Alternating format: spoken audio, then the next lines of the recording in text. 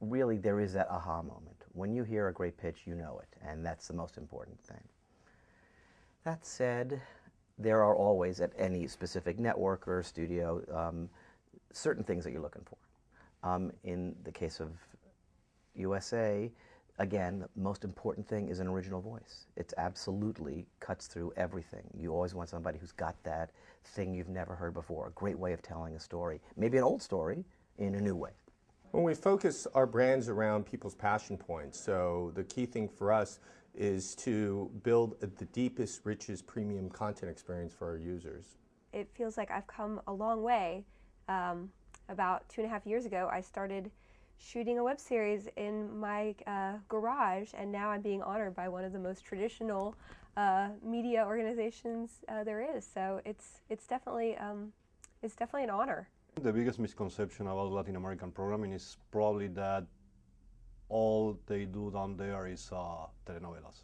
It's been an amazing 8 years on Xbox. I joined as one of the first software people on the program back in 2000 and really worked on how we were going to build the interface, how we were going to make great games, and how we were going to build this entertainment ecosystem. And one of the coolest parts about that was making bets like being broadband only, putting an Ethernet cord, an Ethernet port into the console. And that really came to life as we launched Xbox Live the next year and really thought about how to make this amazing energy that we saw on PC around people playing games super simple in the living room. It's amazing the just insatiable appetite that we have as Americans with celebrity, with these TV shows, movie stars, and I know people complain, but there's a reason all these magazines and get sold and all these shows get watched. First off, we support a number of ad formats on our what we call our watch pages, our video playback pages.